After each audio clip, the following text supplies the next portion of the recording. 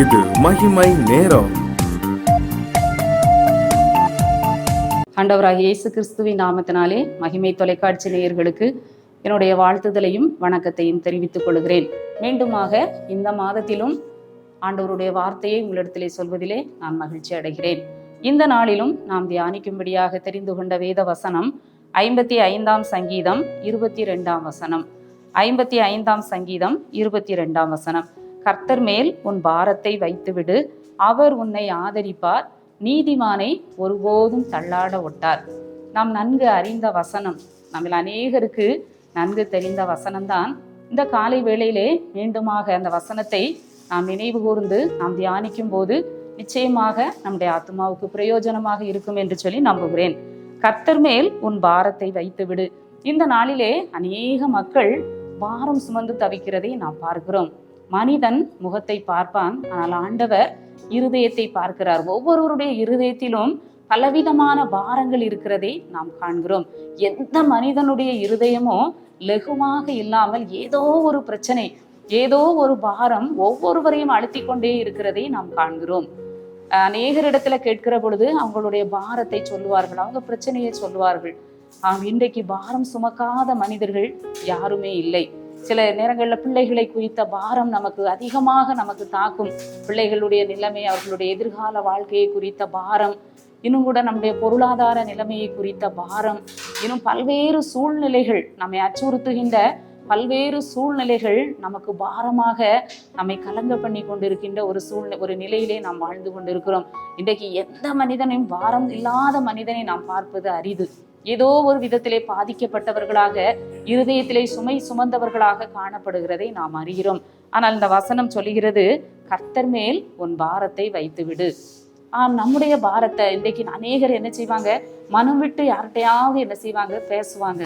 மனம் விட்டு பேசும்போது கொஞ்சம் பாரம் என்ன செய்யும், குறைந்தது போல இருக்கும். நல்ல நண்பர்களிடத்துல பேசுவாங்க. சில பிள்ளைகள் பெற்றோர்களிடத்துல மனம் விட்டு பேசினா அவங்க பாரம் குறைஞ்சது போல இருக்கும். ஆனால் வேதம் சொல்லுகிறது, கர்த்தர் மேல் உன் பாரத்தை வைத்து விடு. நாம ஆண்டவரை அறிந்த பிள்ளைகள் நம்முடைய பாரத்தை நம்ம எங்க இறக்கி வைக்க வேண்டும், கர்த்தர் மேல் நாம இறக்கி வைக்க வேண்டும்.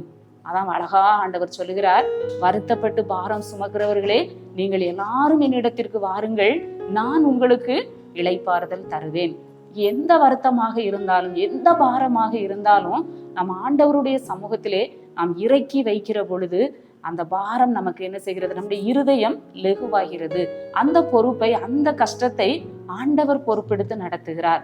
அடுத்த வசனத்திலே நாம பார்க்கிறோம், அவர் உன்னை ஆதரிப்பார், நீதிமானை ஒருபோதும் தள்ளாட விட்டார். ஆண்டவருடைய பிள்ளைகளை ஒருபோதும் ஆண்டவர் என்ன செய்ய மாட்டார், தள்ளாட விட மாட்டார். ஒருவேளை நிறைய கஷ்டங்கள், நெருக்கங்கள், பாரங்கள் நம்மை அழுத்தும் போது நம்ம நினைக்கலாம், நாம் அழிந்து போய் விடுவோமோ, நம்முடைய சூழ்நிலைகளை பார்க்கிற பொழுது எல்லாமே முடிந்து போய் விடுமோ என்று சொல்லி நினைக்கக்கூடிய அளவுக்கு பல விதங்களில் பாரங்கள் நம்மை அழுத்தலாம். ஆனால் ஆண்டவர் என்ன சொல்கிறார், நீதிமானை ஒருபோதும் தள்ளாட விட்டார். தாவீது ராஜாவினுடைய வாழ்க்கையிலே அவருக்கு வராத சோதனைகள், பாடுகள் இல்லவே இல்லை. அநேக வருத்தங்கள், பாடுகள், பாரங்கள். அப்படிப்பட்ட அந்த பாரம் யோபுவிலே நாம பார்க்கிறோம், என்னுடைய துக்கம் கடற்கரை மணலை பார்க்கிலும் பாரமாய் இருக்கிறது. அத்தனை பாரங்கள், எல்லா வாழ்க்கையிலே அத்தனை சஞ்சலங்கள், பாடுகள், பாரங்களை அந்த யோபு சுமந்தார் என்று சொல்லி நாம பார்க்கிறோம். வசனம் சொல்லுகிறது, நீதிமானுக்கு வரும் துன்பங்கள் அநேகமாயிருக்கும், ஆனாலும் கர்த்தர் அவைகள் எல்லாவற்றின் இன்றும் அவனை விடுவிப்பார்.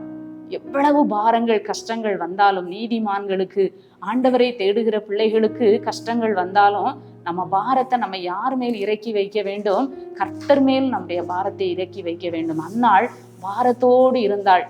அவளுடைய பாரம் என்ன, குழந்தை இல்லை என்கிற ஒரு பாரம். மனதிலே எப்பொழுதும் ஒரு துக்கம் அழுத்தி கொண்டே இருந்தது.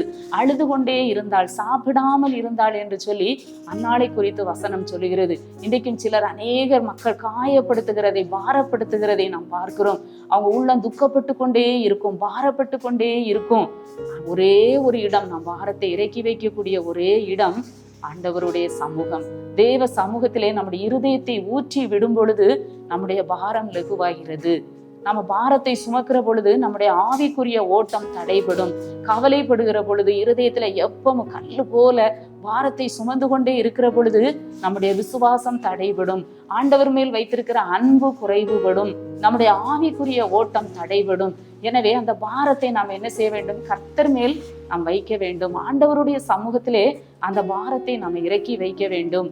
அவர் நம்மை ஒரு நாளும் கைவிட மாட்டார். என்னுடைய சுமைகளை அவர் ஏற்றுக்கொள்ளுவார் என்ற விசுவாசத்தோடு கர்த்தரிடத்திலே நாம் இறக்கி வைக்கிற பொழுது நமக்கு ஒரு பெரிய விடுதலை, சமாதானம் கிடைக்கிறது. ஒருவேளை இந்த நாளிலும் இந்த காலை வேளையிலே ஏதோ ஒரு பாரத்தோடு உட்கார்ந்து கொண்டு இருக்கலாம், ஒரு துக்கத்தோடு இருக்கலாம். ஆண்டவர் சொல்லுகிறார், கர்த்தர் மேல் உன் பாரத்தை வைத்து விடு. எழுந்து ஜெபிக்கிற பொழுது, கண்ணீரோடு ஆண்டவருடைய சமூகத்திலே நம்முடைய இருதயத்தை ஊற்றி ஜெபிக்கிற பொழுது அந்த பாரம் தானாக நம் இருதயத்தை விட்டு விலகுகிறதை நாம் உணரலாம். ஒரு தேவ பிரசன்னம், ஒரு தேவ சமாதானம் நம் உள்ளத்தை நிரப்புவதை நாம் அறியலாம். அதைத்தான் ஆண்டவருடைய வசனம் சொல்கிறது. அன்னாளை பார்க்கிற பொழுது அவள் தன்னுடைய இருதயத்தை ஊற்றி விட்டாள். தேவ சமூகத்திலே நம்முடைய இருதயத்தை ஊற்றுகிற பொழுது, ஜனங்களே எக்காலத்திலும் அவரை நம்புங்கள், அவருடைய சமூகத்தில் உங்கள் இருதயத்தை ஊற்றி விடுங்கள் என்று வசனம் சொல்லுகிறது. இருதயத்தை நாம் ஊற்றும் பொழுது எல்லா பாரத்தையும் ஆண்டவர் எடுத்து போடுகிறார். அந்த இடத்திலே தேவ சமாதானம் வந்து தங்குகிறதை நாம பார்க்கிறோம். இந்த நாளிலும் கூட எதை குறித்தாயிலும் பாரம் இருக்கும் என்று சொன்னால், எதிர்காலத்தை குறித்தோ, பிள்ளைகளை குறித்தோ, பொருளாதாரத்தை குறித்தோ, நம்முடைய உடல்நிலையை குறித்தோ நாம் பாரப்படுவோம் என்று சொன்னால், அந்த பாரத்தை கர்த்தருடைய சமூகத்திலே நாம் இறக்கி வைப்போம். ஆண்டவர் ஒருபோதும் நம்மை தள்ளாட ஒட்டார். 121 சங்கீதத்திலே நாம வாசிக்கிறோம், உன் காலை தள்ளாட ஒட்டார், உன்னை காக்கிறவர் உறங்கார். நம்முடைய ஆண்டவர் நம்முடைய பாரத்தை அவர் சிலுவையிலே அவர் சுமந்தார். நாம் எவ்வளவு கொடிய துக்கமாக இருந்தாலும், பாரமாக இருந்தாலும், அவருடைய சமூகத்துக்கு வருகிற பொழுது, அவரிடத்திலே நாம் இறக்கி வைக்கிற பொழுது தேவ சமாதானம் நம் இருதயத்தை நிரப்புகிறது. இந்த காலை வேளையிலே கர்த்தருடைய முகத்தை நாம் நோக்கி பார்ப்போம். எங்களை நேசிக்கிற நல்ல ஆண்டவரே, இந்த காலை வேளைக்காக உம்மை துதிக்கிறோம், உம்மை ஸ்தோத்தரிக்கிறோம். ஆண்டவர் எங்களுக்கு கொடுத்த நல்ல வார்த்தைக்காக உமக்கு நன்றி செலுத்துகிறோம். ஆண்டவரே, இந்த வேளையிலும் கூட பாரத்தோடு ஆண்டவரே இருதயத்திலே சுமை சுமந்து கொண்டிருக்கிற ஒவ்வொரு மக்கள் மேலும் ஆண்டவர் இறங்கி அந்த சுமையை ஆண்டவரை எடுத்து போட்டு இருதயத்தை லெகுவாக்கும்படியாய் நாங்கள் ஜெபிக்கிறோம். நாள் முழுவதும் காத்து வழி நடத்தும் மீட்பர் இயேசு கிறிஸ்துவின் மூலம் ஜெபிக்கிறோம் நல்ல பிதாவே, ஆமேன்.